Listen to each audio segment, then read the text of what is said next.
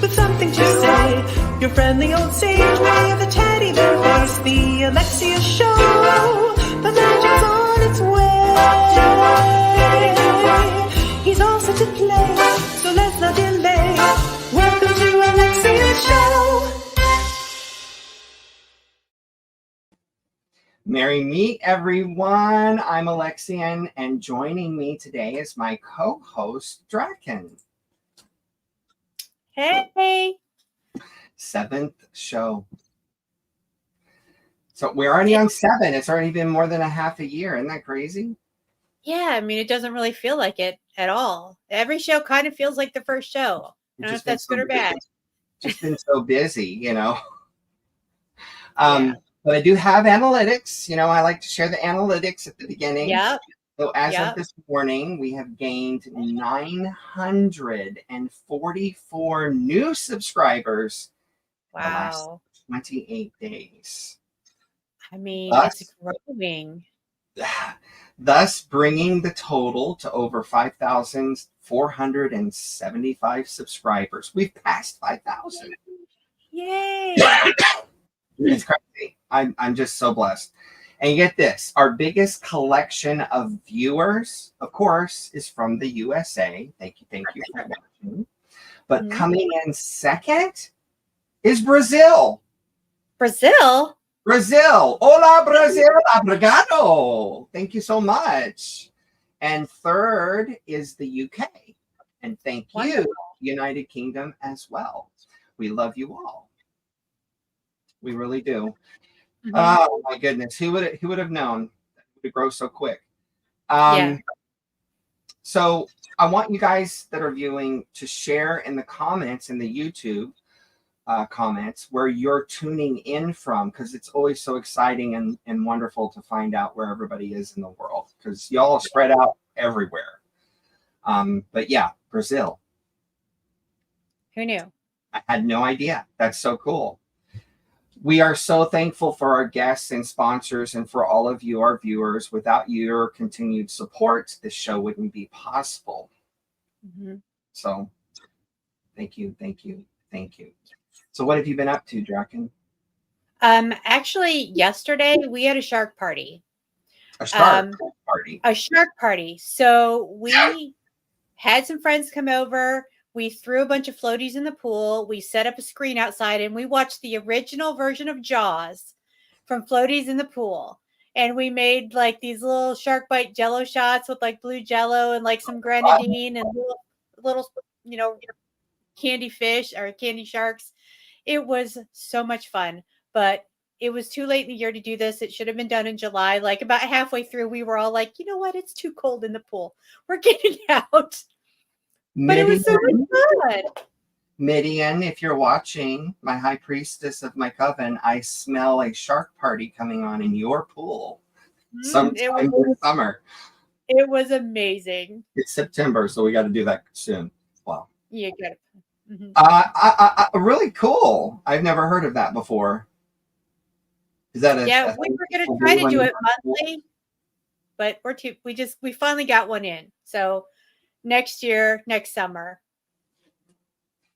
Did you know Mercury was in retrograde? Yeah, I think we all knew somehow. I did not. Oh. I was completely clueless, and I keep up on those things. I really do. And I'm the guy telling everybody else, you know, like, now's the time for going in and self-contemplation and planning and reviewing, but don't do anything, you know, don't sign contracts, don't go traveling far if you can get away with it, blah, blah, blah, blah. I had no idea, but apparently Mercury was in retrograde pretty much the entire month of August. I mean, it explains so much. Yeah, it does. It does explain a lot. It really does. August, I don't know about everybody else, but August was kind of a stressful, crappy month for us because of COVID mainly. But everything else, you know, it's just, I don't know, it was a stressful month. So I'm looking forward to September, and I'm even more looking forward to October. Of course, we know why. Samhain is around the corner, our favorite holiday of the year. And anyway, Mercury was in retrograde. Things should be getting better now because it has now went direct. Yes. Thank the goddess. So everybody, remember, this is an interactive show with questions and answers. And Draken will be, covering the YouTube comments. So if you have a question, don't be shy. Just type it right into the YouTube channel comments, and we'll pull you up on the screen and ask the questions to our guest or to us. If you have questions for us too, that's fine too. Right. And one other thing before we continue with the show, make sure that you're live with us by clicking the little live text button that's next to the volume controls on YouTube. Now, the reason you want to do that is you want to stay live with us with no buffer, because at the end of the show, we're going to be doing a giveaway. And in order to win the giveaway, you have to be like with us in time. You can't be lagging behind. When we're giving away stuff, you're going to miss out on the drawing, right? So you have to be synced up with us. You can always watch the beginning of the show later if you tuned in late. So we've got a great show for you today. We have Wiccan author and archpriestess of the ATC, Belladonna LeVeau. She's with us. Ooh, ooh. And we're going to have so much fun because she is so sweet. But before we begin, I also want to take a second to congratulate again Rita Walters. Say that 10 times fast. Rita Walters again, who won our giveaway from last month. Yeah. So she's enjoying those things. She actually already used the $25 coupon at paganmusic.com and bought a bunch of stuff and then even more. So thank you, Rita, for that purchase. And as always, if you want to be a guest on our show, or if you know someone else who would be perfect, tell them to visit alexianmusic.com/guest to apply. It's that easy. That's alexianmusic.com/guest. Okay. How's the chat going? Where are people tuning in from today? Anybody talking? Well, yeah, we've got quite a few in the chat, and we've got, let's see, Columbus, Ohio, two from Columbus, Florida, Alabama. Eric Arcadian is here again. He was a guest. Thank you, Eric. And we got Natasha. One second. I got to put a shout out to Eric. He actually interviewed me on his show, which is going to be airing soon. So if you're not following Eric Arcadian yet, go find him and follow him. He was on one of our past shows. So you can find out all about him by watching one of our past shows. He's a very cool guy. Continue. Yeah, it was wonderful. So is that it? Wait. Eric says here, I'm just gonna put it on the screen. Okay. That should be out in a few weeks. Sweet. Yeah, I'm pretty excited to see it too. This is the first I'm hearing of it though. Oh, sorry. Yeah. Things move fast around here. Yeah. Even Victor doesn't know half the things that go on in this house, That makes sense. I'm like, didn't I tell you that? And he's like, no. It happens all the time because things are just, I work at home, so things are just, happening. Yeah. My memory sucks. Something you learn about me from viewing this show is my memory sucks. It's getting worse as I get older, but it is what it is. Hey, do you believe in karma, Draken? I absolutely do. Hey, viewers, increase your karma points now by smashing the like button and subscribing and ringing the bell for a better chance to win the prize at the end of the show. I'm telling you, it works. And while you're at it, be a helper and share the show with your like-minded friends on your socials. Help spread the word. You get major karma points for that. Okay, let's get on with the show. All right. I'm a little slow today. Sorry. Time for secrets from the Pagan bookshelf. Up to up, bibbidi do up. Today, I have the honor of introducing Belladonna LeVeau, a remarkable leader in the pagan community. She serves as the archpriestess of the Aquariantabernaclechurch and is dedicated as a spiritual counselor and healer. Belladonna's journey is as inspiring as it is diverse, encompassing everything from being a Navy veteran and mother of 3 to being a passionate advocate for spiritual transformation. Known as a voice of the goddess, Belladonna has touched countless lives with her wisdom and dedication, and I'm thrilled to have her join us to share her insights and experiences. Everyone, please welcome Belladonna LeVeau. Yay, marry me. I'm so glad to be here. Yay! Thank you for having me on your show. Oh, my pleasure. Please, honey. We've conversed through the internet for years, but I first met you in person at the Starwood Festival in Ohio. I think it was 2022.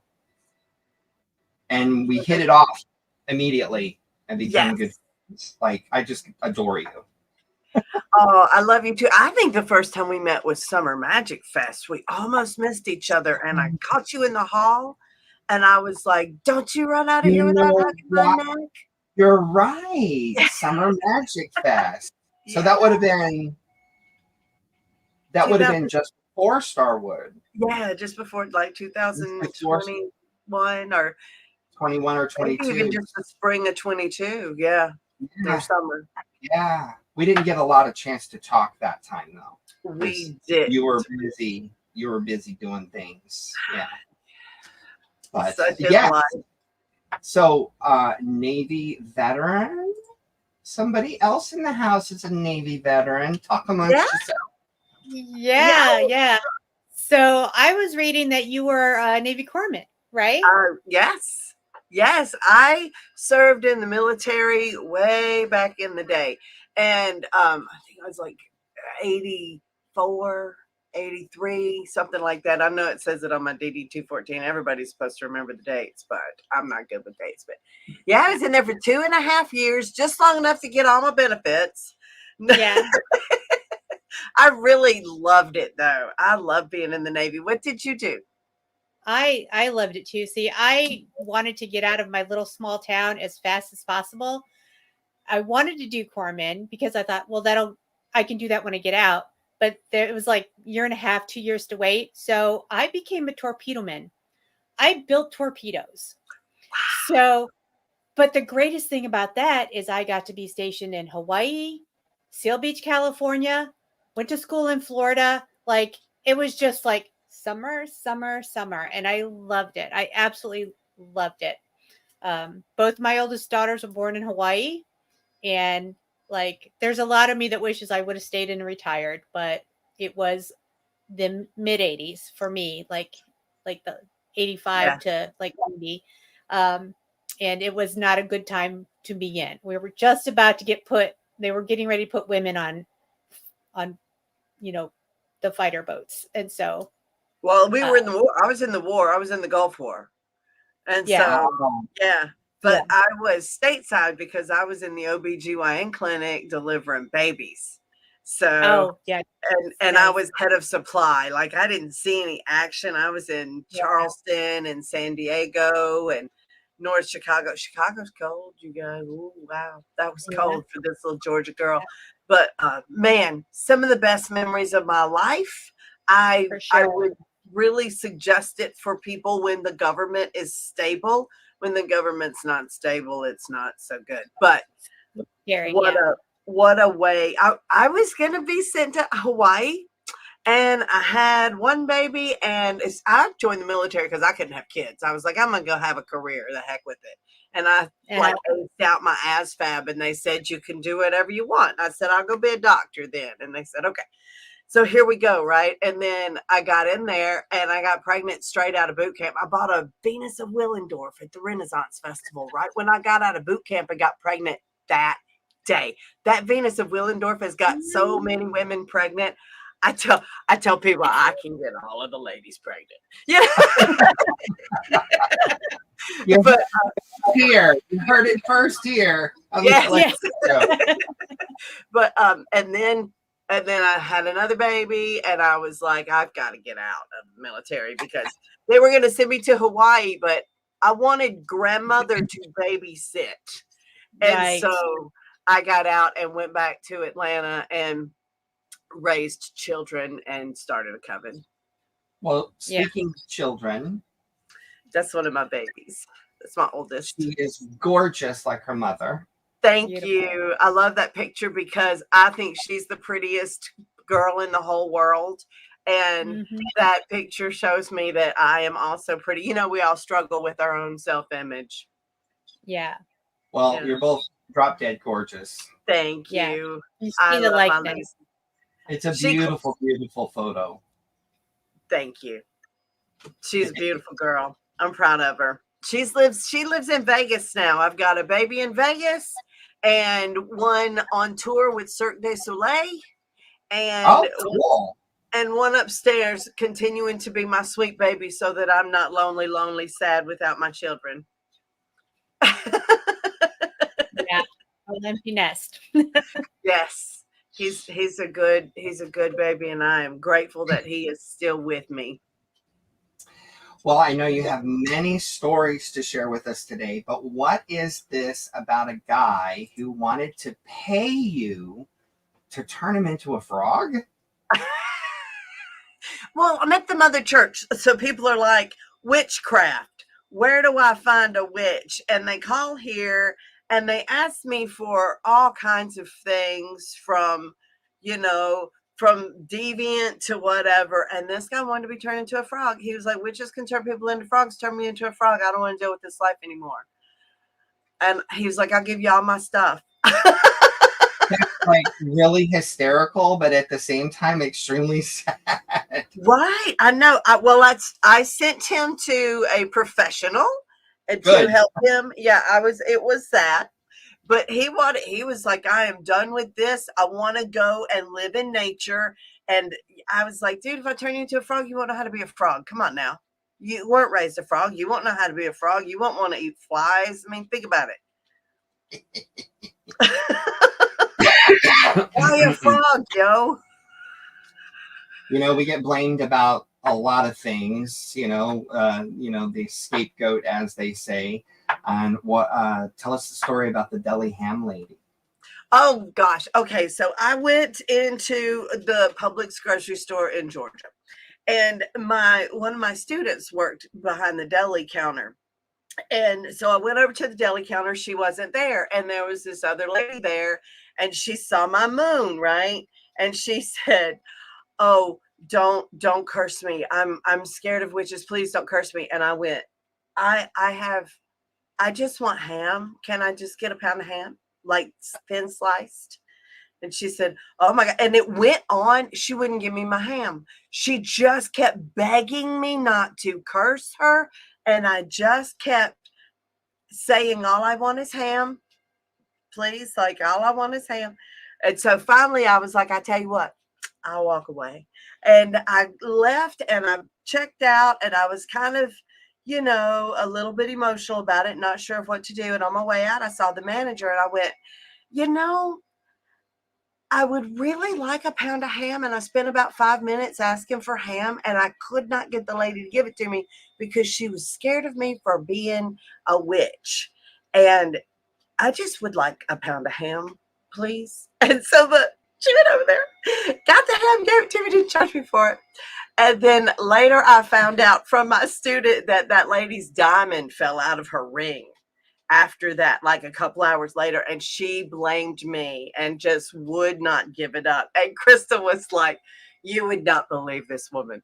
So I apparently can make a lot of great things happen. I tell you, I have a story. We own paganmusic.com, and Victor and I needed new business cards, and we had run out of business cards. So I went to this print shop here locally in Orlando, Florida, and I ordered business cards for paganmusic.com. And the guy freaked out right in front of my face. And he goes, I'm sorry, we can't help you. And I'm like, what do you mean you can't help me? It's just a business card. You're a print shop. And he goes, oh, we can't help you. I'm Christian, and I don't believe in this stuff. And, don't call the wolves out on me. I'll never forget. He said it just like that. Don't call the wolves out on me, but I'm refusing your business. And I just had this blank stare on my face, I guess. And I didn't know what to do. And then I thought, you know what? It's okay. And I leaned forward over his desk towards him, right? And he was like, that expression on him. And I got right over his desk and I looked him straight in the eye and I go, I forgive you. And then I turned around and walked out and I went to a different print shop. It's a true story. Ask Victor. It really happened. That's a good one. What? I had an HVAC guy come over one time and we had to move the altar for him to look at the heater. And we moved he helped me move, like we picked up the altar and moved it. And I was like flabbergasted because after all of that work, he took me out on the porch and said, we're a Christian company and we're refusing you service. And I was like, why did you move my altar with me, yo? What are you doing? But I have a similar story. In college, my doorbell would ring in the apartment I was renting at like 6:37 a.m. every Saturday morning. College student, musician, college student, 6 o'clock, 7 o'clock a.m. in the morning on a Saturday. I'm dead asleep, right? Oh no, don't bother me at that time. It's Jehovah's Witnesses, and it's this really nice older couple. They must have been 70, both of them. Grandma and grandpa, Jehovah's Witnesses, knocking on the door, proselytizing. And this went on for a whole month, like every weekend, every Saturday. So finally I had enough, and I put on my binnacle because I never wear my jewelry. I should, but I don't. And I put on my big pin, the big one, and I answered the door half naked. And I go, excuse me, I'm in the middle of a pagan ritual. What? And they got these big look eyes. They never came back again. And I went back to bed. Sometimes you got to do what you got to do. Yeah. And when I was in Georgia, we would have Jehovah's Witnesses and Mormons and stuff like that come and proselytize. That we haven't had that problem in Index. Maybe it's because it says aquariantabernaclechurch and they don't want to bother us, but it's fun getting into it and figuring out how to get them to stop bothering you. My daddy was in charge of the Mormon missionaries where I lived in Atlanta, and one of them, they came, a set of them came to my house, and after about 30 minutes, I talked one of them out of his religion, and they went to my dad, and he was like, is it this house? And they were like, yeah. And he's like, oh, don't go there, boys. You can't take that. That's my daughter. You do not want any of that. And so he said, I'm going to take your name off the rolls. We're not going to excommunicate you, but I'm taking your name off the rolls because you're hurting my boys. So I actually had that on the list of things to talk about later in the show, but we'll talk about it now. You were raised Mormon. I was raised Mormon. I was a champion scripture chaser. I got up in the morning, went to seminary. I did the whole thing. I loved spirit. God started talking to me when I was young, like 5. And so I always believed in God. But the older I got, the less I could live the religion. And I clearly watched my parents not living the religion. Like I clearly watched them not following the gospel. And man, that was really shameful for me when I would go to church. And I don't think that they realized that I would go to church in my little 12-year-old heart and be like, oh, my parents are doing this and that and the other. And how can I go to heaven? Because in the Mormon religion, the whole family goes to heaven. And And then by the time I was 14, I was ready to party. All of those hormones were raging, and I was ready to, and I couldn't date because I was not 16. And so I just started sneaking out of the house and having my own fun. And I am an indomitable spirit. I'm gonna do what I'm gonna do. And yeah, that wasn't so good for a little Mormon girl. So I just couldn't live it. And I had too much Virgo to be a hypocrite. I just, like, I'm a big old Leo, but I like have 4 things in Virgo. I got to be able to look in the mirror and feel good about me. And I can do that as a Mormon. And one day I discovered the goddess. And that's all she wrote. That's all she wrote. Yeah. I get it. Yeah. And I had seen Jesus and talked to Jesus, and Jesus told me that this was not the path for me. Like, the Mormonism wasn't the path for me, and the pagans needed me. And I was like, the pagans need me? I was 20. I could hang with Jesus. Oh, Jesus, heck yeah. He was a cool guy. Yeah. You know, I could have hung with Jesus. It's his followers that I can't it's what they did. It's Constantine and Paul. And what they did after that. Yeah, Jesus, I think that Jesus had the best of intentions. I got some serious stories about Jesus because we do the ancient rites of Eleusis. And you know, they sent all of the prominent people to Greece because of the philosophy and all of that, and they would go to the holy city of Eleusis, and all of the smart people would talk to each other and get smarter, and they developed democracy. And that's, you know, the whole United States is built on the concept of Eleusis. And so I think Jesus went to Eleusis. I sure do. Right. Yeah, I sure do. And I think that he broke his oaths, and that's why they crucified him. That's why the pagans crucified him. Yeah, but that's me and the goddess and the talks we have in the shrine. There's no proof of that anywhere. Sure. Nobody says that, but that's my personal gnosis on it. But I think that he wanted everybody to have it, and he knew that people couldn't get to Eleusis from Bethlehem. Like, you know, poor people, you can't travel that far in those kinds of days. And he wanted to help everybody. And then 600 years later at the Council of Nicaea, Constantine saw this as a way to take over the planet and did. Brilliant. And there it is, black and white history. So before we get deep, a little more silliness. I heard you had an embarrassing moment that involved Wendy Rule. So the first time I got to meet my good friend Wendy Rule, who is a brilliant musician, and we're very close friends now, and she's part of the Eleusinian priesthood with us because she wrote the soundtrack. We are at the big flood when PSG flooded out. Were you there for that? No. Okay, so me and Janet, Gavin, and Dusty, and we're all hanging out. And it's customary, you guys, when you go to Skyclad Festival, it's just raining. You just take your clothes off, put them in a plastic bag, you walk to where you're going, you dry off, you put your clothes back on.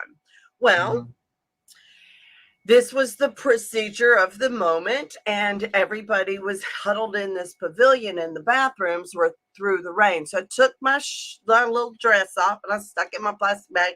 I put it under the table where I was sitting, and I went over to the porta potty and excused myself, and then I came back, and Wendy Rule sat down right on top of my clothes.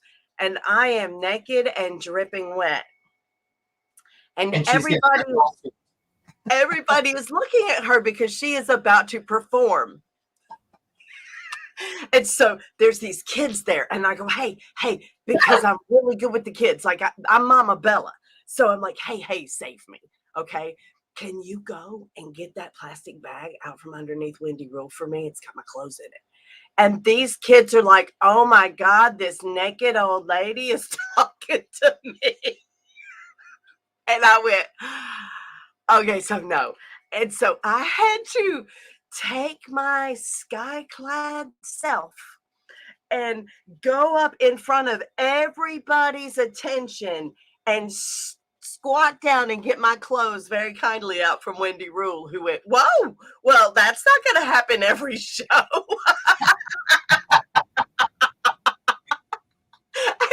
and so, yeah, that's how we met. I don't need my clothes. Dusty holds them now. Dusty, hold my purse. Hold my clothes. Hold my clothes. I'm going to the bottom. I'm traversing the rain. Yeah, wow. And speaking of men, you had an unannounced guest in your teepee one night? Okay, so you got to see the scene, all right? So I had an 18-foot Sioux quality teepee that I had sewn myself. And it was glorious, and it had beds in it with comforters and furs, and there was a fire in the middle, and there were chests of drawers, and there was me in this lifted, it's a bed, right, inside the teepee with satin sheets and all of the red satin sheets. I mean, it's me. And I'm in there naked. And this guy comes and he knocks on the door.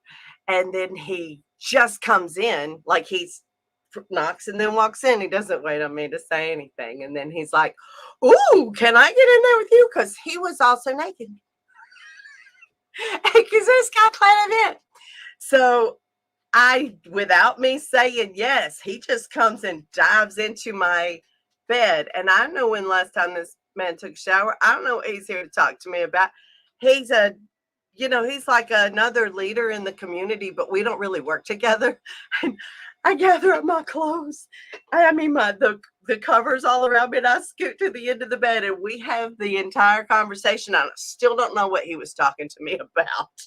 With me sitting at the end of the bed, horrified that this man was in my bed, naked, without asking me. And he didn't think nothing about it. Like, he wasn't trying to be, he was just trying, he was just being pagan. Yeah. He was just hanging. He didn't mean anything by it. He's just hanging out. Right. Why wouldn't I want him to lay down in bed? He wasn't trying to have sex with me. He was just having a conversation, but it looked like a very cool and cozy place to be. And, maybe I would want to, invite him to something else. But I was like, oh my God, what is this happening to me in the middle of the Where is Dusty? And speaking of that same TP, it's no longer with us. Oh my gosh. No, it ended up a skirted goddess blazing into the night. So I like to do big rituals, and the descent of Inanna is like an epic ritual. And so I'd always said, I'm going to do this ritual one time, but I'm going to get a cast, and we're going to do it all of October so that we can really put the energy into it and really present it. So we did. And we went to Pagan Pride and we did an intro, and then we went to 4 different festivals and produced this amazing Descent of Inanna ritual with Inara de Luna and a whole bunch of other people. And the last one, I was Erishkigal, and I was sitting on the throne. Inara did Inanna, and I did Erishkigal, and then we swapped, so that one of us wasn't overwhelmed with we were trying to keep the balance. Mm-hmm, mm-hmm. Well, when she was Erishkigal, the fire kept leaping out at me, and the guy that was controlling the fire, I was laying there naked, supposedly dead, and the fire kept leaping at me, and he had to get coals off of me and shit like that. I don't know what's going on.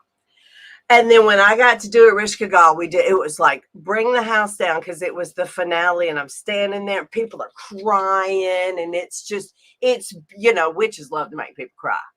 And it was beautiful. This woman was singing through the whole shrine. People were giving up all of their horrors and miseries and relieving themselves of the burdens. And then it was all over. And I went up to my tent, and I stoked the fire for my babies, and I got everything ready to put them to bed. And I took my costume off, but I didn't take my face off. I had a full white and black Erishkigal face, and I pull my hair up and have skulls and shit all in my hair. my favorite drug is invocation, I will tell you. And so I didn't want to devoke. I don't like devoking. It's the kind of thing that you kind of have to Jerry Falwell make me do. Get out of Bella, you know? And so Dusty was like, you good? You need anything? I said, I'm drinking water. I'm going to be good, because she didn't want to leave. And so I was drinking my water, and I went down to the barn. And everybody's like, wow, Bella, what a great ritual. I was feeling so good about myself. And I'm walking through the barn. I get to the other end of it, and my number one priest is coming down the hill, and he goes, Bella, the teepee's on fire. And I look up, and my teepee is a skirted goddess blazing into the sky. Well, my ritual had all been about sacrificing and the gods taking from you, so in order for you to get what you ask for. You ask for things and you don't know what they're going to take. And you just have to appreciate the sacrifice. And everybody is like, the fire, it's the festival has fire at it now, right? And so I'm trying to run up the hill, and I can't run fast enough. And I'm hitting delete. I'm like, in my mind, delete, backspace. We didn't plan a fire on the hill tonight. What's going on? Like, my mind was just crazy. And then I was looking at the men, and I was like, oh, thank God for all of the men taking care of it. Oh my God. Thank God for men. Right. And by the time I got up there, the teepee had already, it was, you know, it's just canvas. It flash burned, and everything was melted. And I'm so glad my kids weren't in there. And yeah, so we weren't responsible with the fuel. Once we started looking at everything, we were like, oh man, we just weren't responsible. This particular weekend, I had just waterproofed the canvas and put the teepee back up. But then we had like 57 bottles. Probably like 12 bottles of alcohol liquor. And we had fire burning fuel, and somebody had taken kerosene and filled up the lanterns and spilled kerosene all over my rug and not cleaned it up. And my goodness. So we had not been safe. But after it was all over, I walked through the ruins, and there was 2 tarot cards. Don't know how they got there, and a greeting card. Don't know how it got there. The tarot card and the tarot cards had, significant messages on it that are personal. But then the greeting card said, friends come and go. And then you open it up, and it says, some stay for a season, some stay for forever, but no friend is closer than you. And it had Ereshkigal's throne, like you see in the encyclopedias, burned into the crease of the greeting card. I still have that. And then we got a big not life insurance, but property insurance settlement, because I have property insurance, and that counts as a second home. And we opened a tattoo shop. Oh, well, there you go.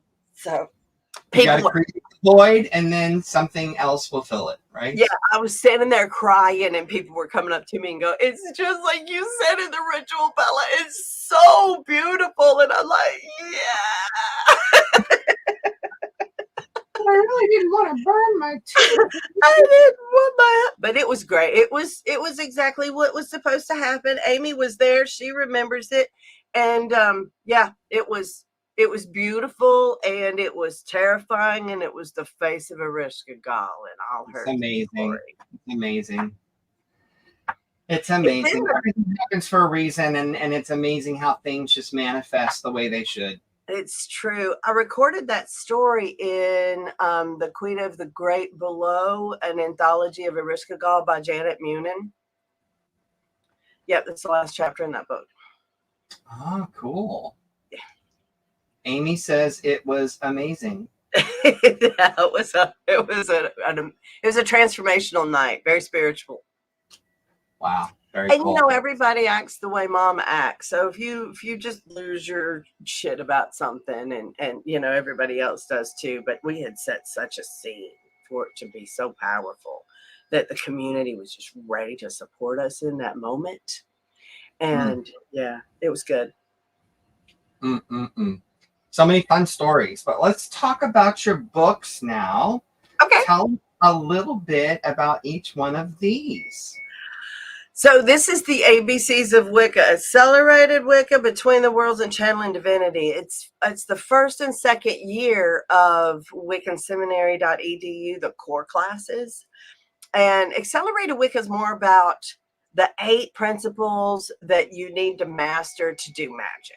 Like, you need to be able to do these 8 things. And if you master these things, everything else will build on those. I send my second degree students back to Accelerated Wicca and Between the Worlds, Wicca 101 and Ritual 101 at wiccanseminary.edu to revisit the basics, because you can never master them enough. And I present them in a way that I learn something more from it every time I teach the class. Oh yeah. Yeah. Between the Worlds, the keys of Hecate are the breaking down how you set up circle, why you do each piece, what each piece is about, and the like, why you draw the star this way instead of that way, why you do, all of these things, so that you own it. You have to grok being able to set up a circle. You can't be like, okay, let's see, it says I conjure thee. You can't do it like that. You have to be like, this is my circle, and I own this circle, and the elements listen to me in this circle, and be able to wield it with power and confidence. And that's what Between the Worlds is designed to do. Then Channeling Divinity, like I said, invocation is my drug of choice.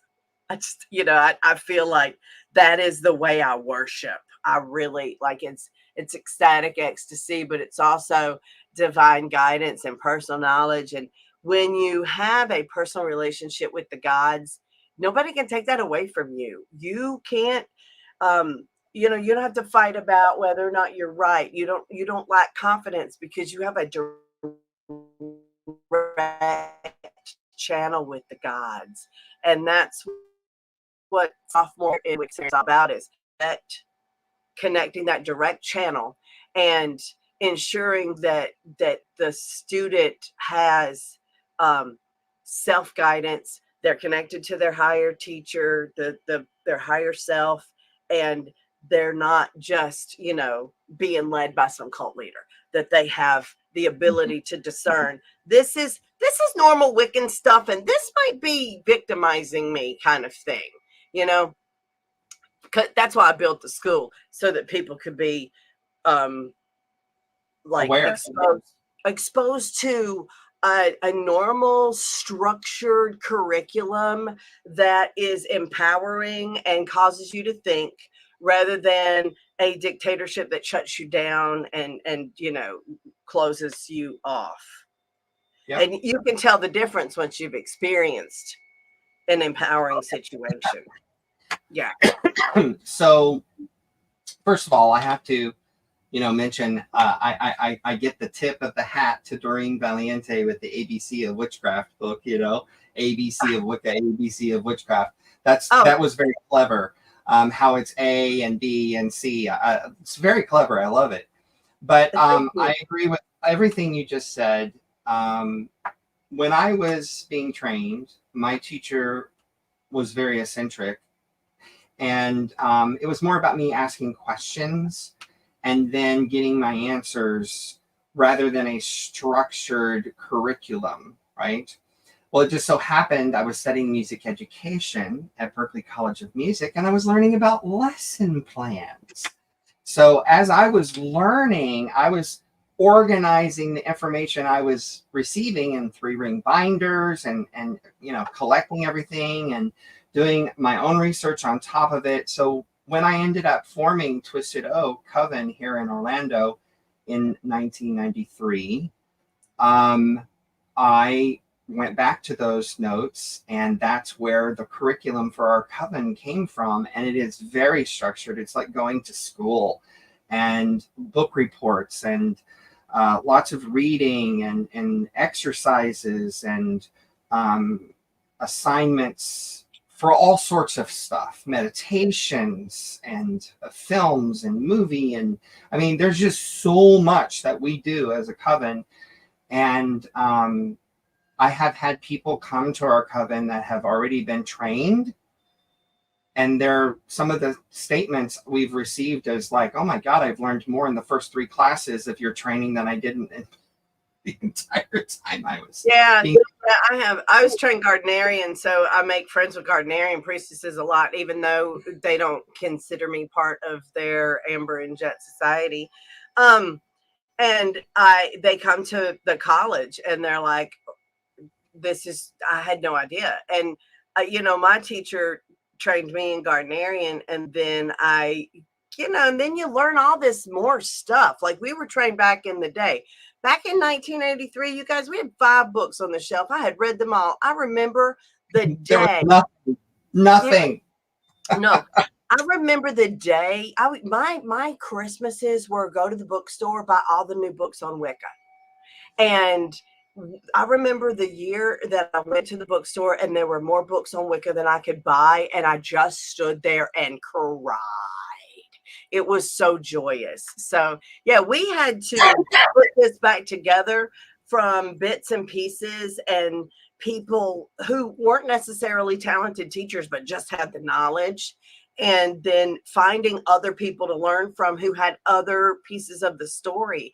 And that's what happens. You learn your tradition and then you go learn somebody else's. And you're like, man, this is a completely new perspective that is opening my world in ways I couldn't have even imagined. And that's the beauty of the path. This is what our curriculum looks like. See if I can do it without the glare on it. It's the path is, can you see it at all? We see the colors, but the words are blurry. Yeah. Well, it's a spiral path, it goes around and around and around and around. And every year you learn more from it. And I bet people do learn some amazing stuff from you because you are an incredible priest. I've watched you do some really awesome things on stage with magic when people don't even know you're doing it. Well, my coven says when I draw down, I turn straight. And I kind of feel that. Because in the moment, all I want to do is be with the goddess. All I want to do is unite with the goddess, in the form that she's in the priestess. And it's an amazing experience. Like you say, we call it energy sluts. We're energy sluts at Twisted Oak. We don't want to devoke, right? We walk around in this trance state, and just sit and stare at the wall, and you'd think that we were smoking a doobie or something, but no, it's just energy, from the actual ritual. It's very powerful. And people that come for the first time as guests and they experience that energy, they always have this look on their face. And then later they're like, oh my God, it's real, And I'm like, yes, darling, it's real. It is real. Absolutely. Even science tells us energy is real and everything is made of energy. So yes, it's real. It's not. Magic is real. Yeah, magic is real. Yes. All right. So let's talk about your new book. Oh, yay, 13 Wicked Moons. So this is, I told my publisher that we were going to have to consider saying the ABCs and 1, 2, 3s of witchcraft because now we've put out a 13 Moons. I wrote this with Cara Drachnid, who is the dean of Wiccan Seminary. She's been my student for 20 years and teaches the junior class now at the school. So this is the curriculum for the junior class, and it is more about, anybody can pick up these books and use them. And this book is designed to teach you how to write rituals in the moment. You can take a ritual out of a book and read it and, and do the thing. And that is one way of doing it. And you can also understand the energies of what's happening with the sun and the moon with very minimal research reference material. You don't have to learn astrology. You just need a few good books to help guide you and put the information together. You know, Alexian, back in the day when we were writing a ritual, we'd get out 37 books and we do all of these different references and figure out, well, this is what they did for Imbog in this book, and this is what they did for Imbog in this book, and find the one that you like. Because I never did like the book, the rituals that the Gardnerians gave me. They didn't make sense to me around the wheel. And so this helps you write rituals that are specific to the moment in time when you're doing the ritual. The moon, where it's at, the sun, where it's at, how they're getting along, what other things like Mercury retrograde might be influencing your magic, so that you get more abracadabras and less yapple dapples in your life. Yapple dapple. Do you remember Yapple Dapple, the genie that would always miss it? That's a Saturday morning cartoon reference. I do not remember Yapple Dapple. So you remember I Dream of Jeannie, the TV yes. series? So they did a Saturday morning cartoon on that, and her cousin was this blue genie that would always mess things up, and he would go Yapple Dapple and things would go bad. That's hysterical. I have never heard of that before. Although I did get to see I'm blanking out. I Dream of Jeannie. What's her name? Barbara. Is her name Barbara Eden. Yes. Barbara Eden. Live in a play. I was like 20 feet from her, and it took every ounce of control of my being not to jump out of my seat and run up on stage in front of everybody and hug her.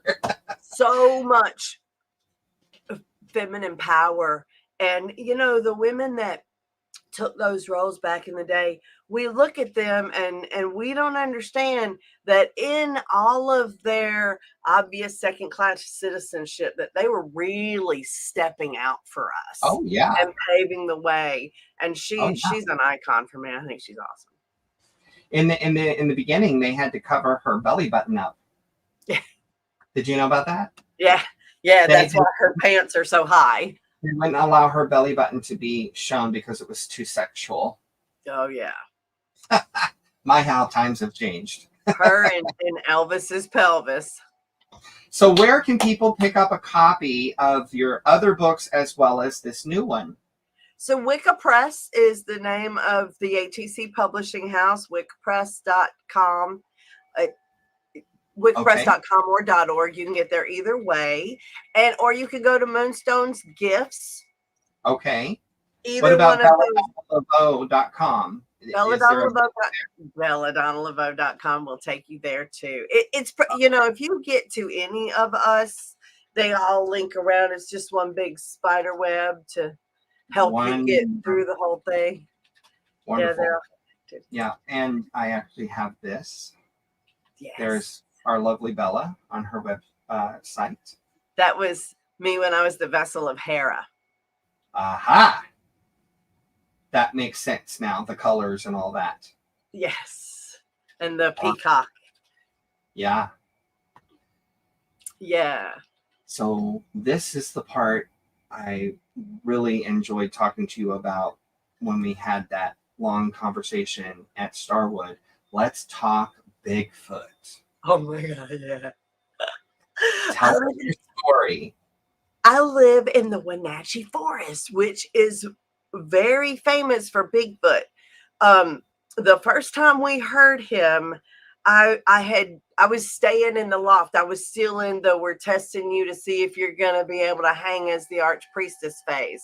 And I woke up to what sounded like a siren or like a human trying to be a siren, but it was really long and no human could hold their breath that long. And I woke up and I'm like, I think that's Bigfoot.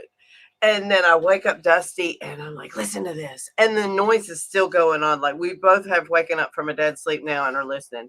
And he's like, I think that's Bigfoot. I said, I think that's Bigfoot too. So we listen and then it stops and we're like, that's kind of crazy. Then we wake up the next day and we're telling our son about it. And he looks up Bigfoot and he plays a recording. And it sounded just like what we had heard. And I was like, what is that? I came running from the other room. What is that sound? That's it. That's it. And he said it was the known recording of a Bigfoot call, and that it was done in the Wenatchee National Forest. And I was like, oh my God, we've got Bigfoot here. And since then we have had multiple encounters, but the best one is we were mushroom hunting because it's Washington State and the mushrooms out here. We live in the mountains. This is what we do. And so we're going through and we're mushroom hunting, and I'm like, well, this looks like a weird path over here. It looks like something is just like drug a 4-foot, 5-foot board down here because all of the vegetation is pushed down. So I start going that way, and then I get to this like thing of brush that almost looks like it was put there. And we get through it, and then my dog starts like running around and going crazy. There's some kind of weird smell. She's rubbing herself on the ground. I'm like, that's weird. My dog doesn't act like that. And then I find the mushrooms, and I'm like, oh, mushrooms. So I pick all the mushrooms. And then we notice that we're kind of standing in what looks like a campsite. There are these lean-tos where they have broken the tree off about 2 to 3 feet off the ground, and it's broken. There's no saw marks. There's no hatchet marks. And there's like 8, 9 of them. And they're not in a ring. They're not around a fire. There's no trash. People don't build lean-tos that way. We build lean-tos like this, and we lay in them like this. Well, these look like you would put your head and shoulders in just enough to get it out of the rain. And they're on the when they broke it, they had stacked sticks up so that it would be like that, and then they had placed moss over it so it looked natural. And there were 8, 9 of them around, and we were like, oh shit, they're different size. We're standing in a Bigfoot campsite. Let's leave. And so we took pictures of everything first, of course, and then we left. And we get back to the main path, and we hear a tree break behind us, which causes me to run, and Dusty run in the other direction towards the car because he's smarter than me in these moments. And then my daughter Lucy, who you saw a picture of, is like, y'all are running in opposite directions. And I turn around and I go, what, we're not going to go hunt mushrooms now? And he said, baby, when something breaks a tree in the forest after you've been in their campsite, you get the hell out. This is the part in the movie where you leave the house. And I went, oh, so we got in the car. The part where you take your high heels off and you don't and then run. Yes. So we get in the car, we go home. Dusty takes pictures of all these mushrooms because we're not seeing these. They're like a variation of oysters that we haven't seen. And then he gets yelled at for posting oysters that aren't indigenous to Washington State. He was like, I just got these in Index. And they were like, no, these are indigenous to Ohio. So we found Bigfoot's mushroom garden and raided it, and he got pissed. It sounds like. And your dog was, you know what they do when they. Yeah, she was all covered in Bigfoot smell. She was like, this is the best perfume I've ever found in my life. Yeah. But now Dusty got to whooping. He heard something whooping outside, like whoop, whoop. And in the river, it was, people can't get in that. That's a Washington River. You can't swim it. It's not so they started whooping back at it, and it started communicating with them. And I was like, you got to being stupid. Stop it. That's Bigfoot. Quit it. And so when they stopped, it started growling and getting aggressive. And so I made him go up on the balcony. If he comes out of the woods at us, at least you're high, right? Mm-hmm. You can get in the house.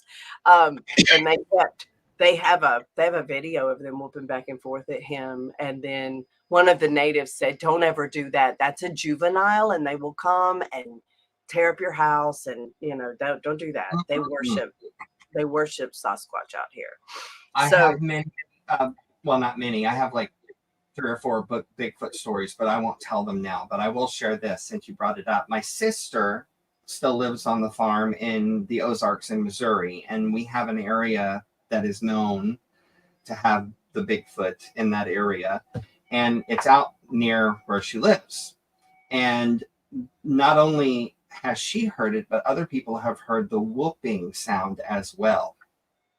The whoop, whoop, whoop, whoop. That's them calling each really other. Loud. It's really, really loud.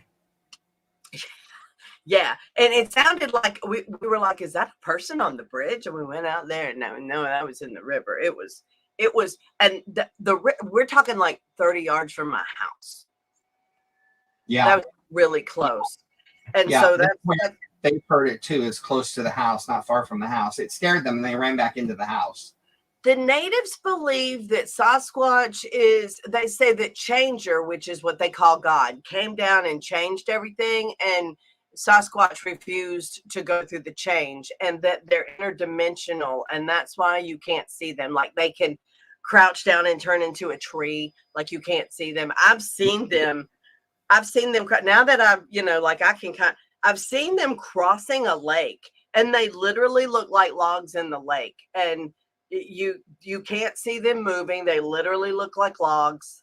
But then, I've been by that lake long enough to know that those 3 logs weren't in the lake yesterday, and now they're not in the lake tomorrow. And that was not, I said, Dusty, that looks like Bigfoot crossing that lake. And I truly believe it was. When I was a little child, I saw one walk through our yard in broad daylight. And he was carrying a big stick. He was carrying a big stick. But I was really little, and I ran into the house, and I told my mom and my sister, there's a bear in the yard. And they didn't believe me. And I'm like, I got really upset. I guess I started crying, and I was like, there's a bear in the yard. There's a bear in the yard. And they're like, maybe there is a bear in the yard. And they started to go out. And right when they were opening the door to go out, I said, and he's got a shotgun. And they turned around and came back in because a bear with a shotgun. Well, I still remember what I saw. And it was a very large, hairy man thing holding a big stick is what it was, like a branch, I believe you. Yeah. And I really believe to this day that what I saw was a Bigfoot walking through our yard. It was early in the morning on a spring day, and he was walking. He would do, and I was like right there in the yard, little tiny kid playing in the yard outside with my Tonka trucks, back when they used to be made of steel. But I won't go into that anymore. But anywho, it's really interesting to hear, your stories, because they match up with other people's experiences as well. And of course, you living in Washington State is well known for them being up in that area, So very cool. I think that everything is possible. People say, do you think this is possible, Bella? Well, I think everything is possible. We do not know even a thimble's worth of the information that's available in the universe. True. So, this planet's been here way longer than we pretend like it has. And, there's just, everything's possible. I hold many concepts equally in my mind on UFOs and aliens. I had a UFO experience growing up with my sister in broad daylight on the farm. Blah, blah, blah, blah. I take everything with a grain of salt because I don't know the truth. But what I do know is what I saw, right? So, well, I know that aliens are Dusty because I'm in the bed when it happens. But okay, moving on. That's another story. Yeah. That's another story. All right. We need a glass of wine for that story.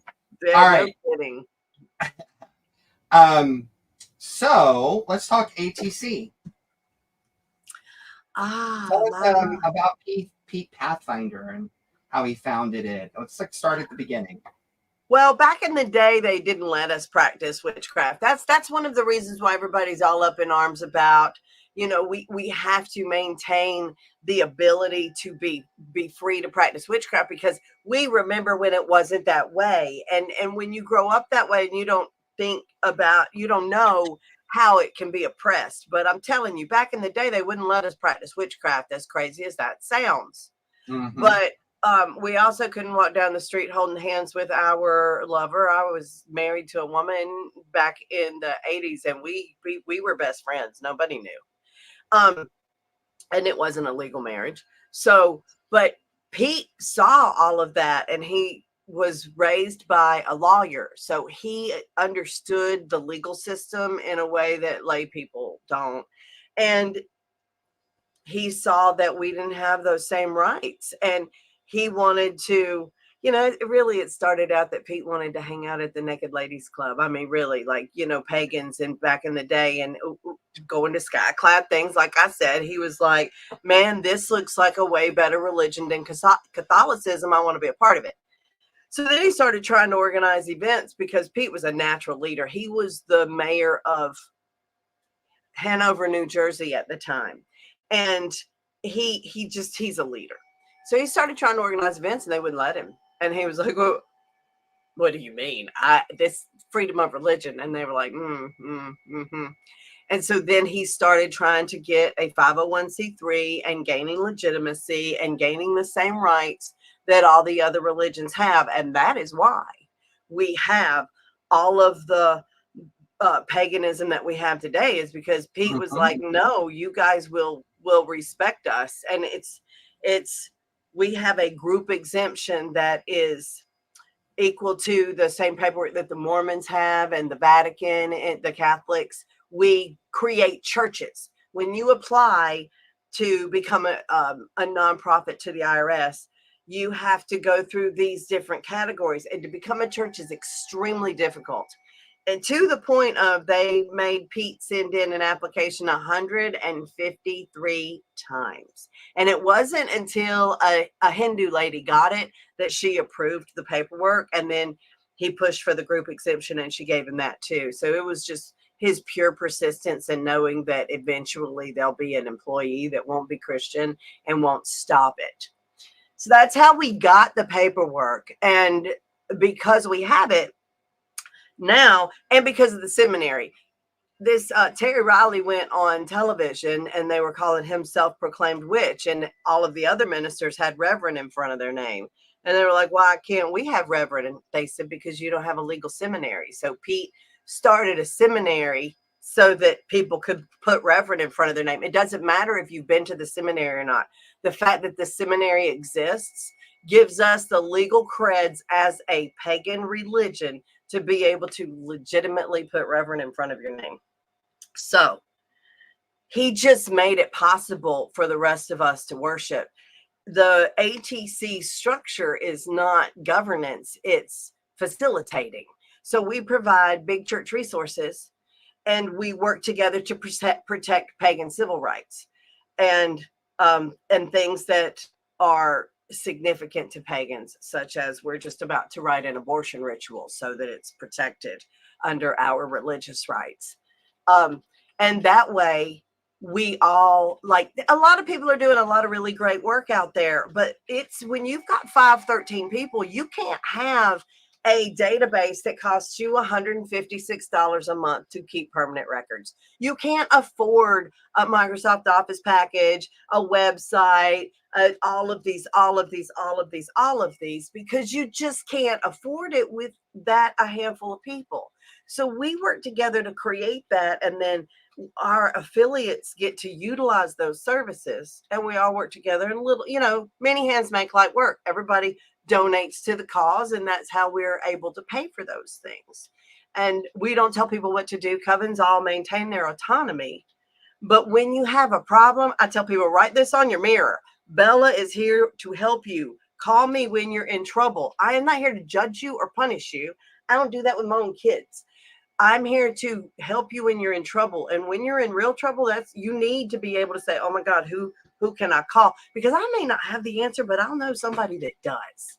I tell people I bought this easy button at Staples, and when shit gets complicated, I just hit it and just do what it tells me. But Pete trained me for a decade to be able to support leaders in the myriad. There you go. You got one too. That's why we're best friends, Alexian. In the myriad challenges that pagan leaders face.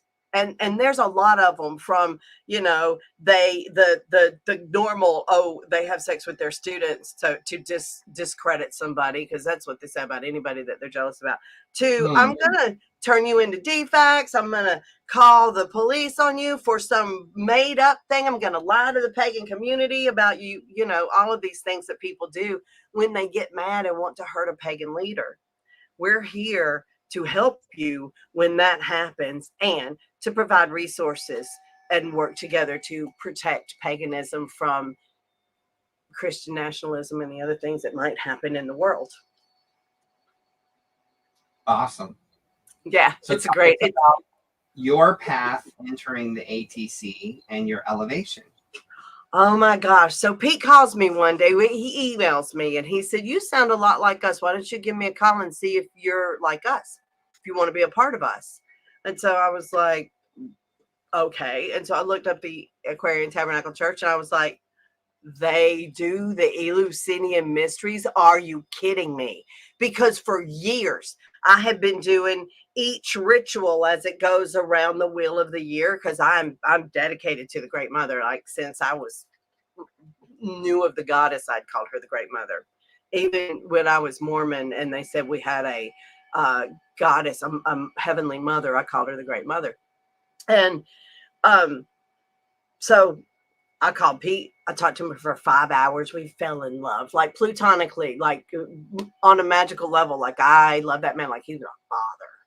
And I came out, I saw the spring mysteries. I was like, are you kidding me? I can't believe this is happening. Why doesn't everybody in paganism know about this? There should be millions of people here. I cannot believe that this is a thing that people are doing. And then it was just, I just wanted to dedicate my life to what Pete was doing. And then a couple of years later, I was running a seminary on the East Coast called Wise Seminary. And the reason he looked me up is because of that college. He wanted somebody to run his college that he had just created so Kerry Riley could call himself Reverend on television. And he said he wanted to give me a school. And I was like, I got a school, thanks. And he was like, yeah, but I got a better name than yours. And I was like, oh, yeah. And he said, yeah, Wolstenstein Theological Seminary. And I laughed and I went, I can't even say that, much less market it, Pete. And he was like, well, yeah, that's probably true. But that's what you tell your Jewish peers when you're at the Interfaith Council that you graduated from Wolstenstein Theological Seminary. He said, what you market is the website. And I said, what's the website? And he said, wiccanseminary.edu. And I said, can I teach my own stuff? And he was like, oh, yeah, just use our catalog because it's state recognized and you can give out real degrees. And I said, deal. And then I built the seminary, and he had all of these priestesses out here who he had built the seminary for them to run, who just, I don't know, weren't interested in it. And so I built it because teaching's my passion, and I just want people to know that their suffering has meaning and to be able to see in the darkness and not just be wandering around out here thinking nobody loves you. And he said a couple years later, he was like, I want to give you my church. And I was like, oh, that's really sweet. That's really sweet. Because I had asked him who was going to follow him. I wanted to make friends with them so that they wouldn't just decide that the school wasn't important, because the rest of the church up here didn't seem to be interested in anything but Spring Mysteries Festival. And he said, I want to give you my church. He said, the people out here do not understand the importance of the paperwork to all of paganism. And I need somebody who understands it and will protect it, even if the church burns down and the world goes to hell. And so I understood that need. And so I became Ajax, and not Ajax Atlas, and I picked up the ATC and I put it on my shoulders, and I've taken care of it ever since then. And I absolutely love it. It's an honor to serve at this level. It makes me so happy to be able to help people when they're struggling, because when I was growing up as a witch, it was like, once I separated from my teacher, we moved apart. I didn't have anybody. It was way back then. You didn't have the internet. You didn't know of any witches. If you ran across another witch, you probably didn't get their phone number, because you didn't really talk about it. And so I just wanted to create community and culture and help people be legal and safe. And I'm a creativity generator. I come up with ideas all the time of how to do that. So it's a real honor. Well, I tell you, you're the embodiment of what I teach and profess, which is the higher you go, the lower you bow in service. And you really embody that sentence for real. You. Yeah, I mean, I see it. You're amazing. And so this photo is you being elevated to that position, yeah? Yeah, they were videotaping, and when I had my hands like this, and I started feeling like I was going to pass out and that I should maybe open my hands and share that energy with the group. And we had a 2-hour film that went and filled up all at once because the energy coming through me at the moment. But yeah, that was such a powerful moment in my life. I wanted to share it with the whole room. And that's amazing. And then this is Dusty's elevation. Yeah, that's Dusty's archpriest elevation. That was in a much better time. People were not really ready for me to take over the church, but they were really ready for Dusty to step into the archpriest position. And that was a grand celebration. That is so cool. And of course, here you are together. Okay, so you see the movie Barbie and everybody's like, hi, Barbie, hi, Barbie, hi, Barbie. Everybody's Barbie. Every woman is Barbie. Well, every witch is Hecate. So when we have Hecate Sickle Festival, it's a very formal festival. We usually show up at Spring Ministries to opening circle in our robes. But Hecate Sickle Festival, we wear our robes almost the whole weekend because it's very formal. And so we do opening circle a little more casual, and we wear these T-shirts, and we're like, hi, Hecate, hi, Hecate. And everybody does it. It's a real fun thing because we're all Hecate. Speaking of, so we have it's so much up in November. Hecate Sickle Festival is always an adventure because the goddess says, do this. And then we go, okay, but what about it? And then we find out as we go along. Hecate said, we're just going to worship me this time, and we're going to move it to November. And we're like, okay. People are saying, so what are we doing, Bella? I don't know yet. And then we find out that, there's 2 days in the month that you're supposed to worship Hecate. And that is on the dark moon, and it's called the Deepnon, and on the Numonia, the new moon.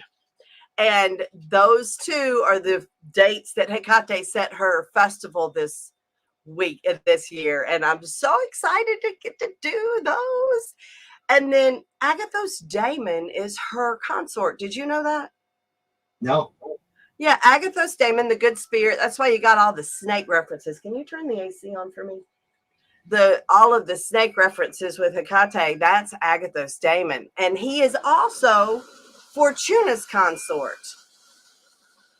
So we always had Temple of Fortuna at the events, and we never really understood why. We just know that she wants to be there. She's one of our biggest temples. Everybody loves Fortuna. And this year we're finding out that that's why. Mary Malinsky is going to be the embodiment of Hecate at Sickle this year because she's the votary of the temple. And it's all about finding the Hecate within yourself, being that empowerment, that embodiment of the goddess in all her faces, and being that for yourself. We're gonna have a witches ball, a drunken divination, which is always a hit. I don't know if you were at PantheaCon when we had drunken divination, but it brought the house down. They were like, green party, drunken divination. We're going to do that again. And then we'll have a shrine where you can go and speak to Hecate fully embodied in her shrine. Mm-hmm. Yeah. Mm-hmm. And we're also having an award ceremony. I don't know if I sent you anything about the award ceremony, but one of the things that I feel is so important to the community is recognition. And we don't have anybody that goes through and says, these are the great people that have done the work during this year that need to be recognized. And so I thought, well, as the mother church, that's probably my job, since I'm thinking that it should happen. And so I have created an award ceremony for leaders to come and be recognized for themselves and to give awards that to their people that we provide. You don't have to pay for the awards. They're part of the registration. And you can bring your group and come up on stage and have your group, the people that are, really, really pulling they say this whole group's just run by a handful of people. Well, that's true in every group. There's just a few people who have the time and energy to really do the work. And if they get the recognition, I think that it will fill up their cup so that they can keep doing that and not get burned out. But it'll also help those people who could step up and do that work, maybe feel like they want to. And so we've created an award ceremony for everybody this year, and I'm really excited. I believe I've talked the Wild Hunt into coming. That's not official, but I believe that I've talked the Wild Hunt into coming and recognizing their people on stage. So that'll be really exciting. And then Celia Farron's coming to Country Circle. Oh my God, I'm gonna fangirl. Oh, I love her music so much. Amazing. And she wrote a song for Hecate in celebration of the event. She released it a couple of weeks ago. It's really beautiful. It uses the actual words that we use to invoke Hecate in the Eleusinian mysteries. Beautiful. Wow. This is one of our vessels from a previous year. This is Hecate. And I sent you this so that you could see that the vessels embody the deities. And then we get to learn from the deities themselves. This is the embodiment of Hecate through the vessel Simone. And you can feel the energy coming off of her just in the photograph. It's not Simone. Yeah. No. Yeah. Simone is this bright, bubbly, redheaded girl. Oh, that's the baby goat. So on the last day of sickle, spring mysteries, we do a lot of heavy work. And so I have this technique I call brain bleach, and I watch baby goat pajama parties on YouTube when I need to replace whatever's happening in my head with happiness. And so we have a baby goat pajama party. We all dress up in onesies and flood this fancy hotel restaurant with people dressed in silly onesies. And she was a pig and I was a fox. That's the dean of the college. And so I was eating her. I see that. She said, "Don't eat me." And I went, "I shan't." It's a fun photo. And who is speaking in this photo? That is me as Demeter. When I was holding Demeter, I had a feeling it was Demetria. I was invoking the cast at this moment and bringing in all of it because I'm the spiritual director for Spring Mysteries, and we were calling the gods in at that point. That was mid drawdown. Yep. Very cool. It still looks like me. Which brings us to Spring Mysteries. I made this compilation so that the people, and I want to do it for all of them, but it takes a lot of, work, and I really need to get somebody. I need to delegate this task, but this is one of our priestesses, and all of the different things that she has gotten to do. This is not all of them. This is just some of them. And I want people to see that, when you work with the Mother Church, you really get opportunities to worship and serve in unique ways because of the work that we do with invocation. We do full embodiment, which is a little bit different. You work with the gods for months and months, and then you become they take over your body and you go and rest for the event. And this is her as starting from the bottom left. That's her as Freya, Artemis, Hera, Aphrodite, Athena, and then those two on the top are her as the Pythia. Oh, that's me putting makeup. I was the Pythia last year, the Pythia. I say it 2 ways. And I was putting makeup on the Great Mother. Her makeup job was not up to my standards. That's Hecate from this year's sickle invoking Eleusis. We transform everything into Eleusis. We create a dimensional shift. She's a lovely priestess. Oh, that's my goddaughter being Hestia. I'd put that in there because she's so lovely, and I love the donkey like nothing else. I love this photo of Hestia. That's just a gorgeous photo. Yes. And well, yeah, and I really wanted you to see the gods embodied. That's so, it's powerful to get to worship at that level. That's her again at Thanksgiving. Mm-hmm. And now that girl is 18. Wow. Yeah. This is Athena. Kathy is Athena. She was told that she was going to have to take over as Athena, and she went, okay. And she went in the closet, and she came out 5 minutes later and said, I'm ready. And that's what we got. We were like, okay, Athena, let's do this. And just not stretch for me. Yeah. That was my mine and Apollo's picture for this year. That's Apollo and me as his priestess, Oracle of Delphi. That is Apollo. I agree. Yes. I'll bite my tongue. Say more. In all his glory. Spring Mystery Festival. Next spring. Next spring. It's always Easter weekend. This is our 39th year. 39th. And it's bucket list iconic. I know that you came when we were online and did a fantastic concert. We got to get you out and in person so that you can get initiated. When people come I really want to come sometime. Yes. So people don't understand, like, you get initiated into the mysteries of the Great Mother, who is the goddess of abundance. Okay. Like, it changes your life. And people are like, man, I struggle and I don't have enough money. Well, I didn't have enough money either. I was a single mother with 3 kids and a boyfriend that I didn't want to go get a job because I wanted him to spend all his time with me. Like, I didn't have the money. And I just asked the Great Mother to make it possible. And I always ended up with the money to go. And that's what you do. Like, you just ask her if she wants you to be there.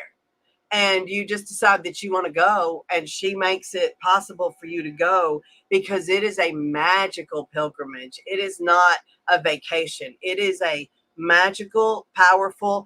We tell you to make offerings before you leave. We instruct on you to make offerings where you go. You wear white, you get initiated. It is a transformational bucket list experience. And I tell people, if the Eleusinian mysteries were still happening in Greece 3,000 years later, would you save up the money, get a plane ticket, get a passport, go? The good news is it's only in Washington State. Like, it's Washington State. It's just in Washington. Really, it's a bucket list thing. Everybody should go. So I am completely transformed by the goddess touching my life at the mysteries. And I just feel like you owe it to yourself to go. So we're going to get you out there, Alexian, and let you entertain us at the after party. Sweet. Yes. That's the Great Mother enshrined. Demeter. Gorgeous.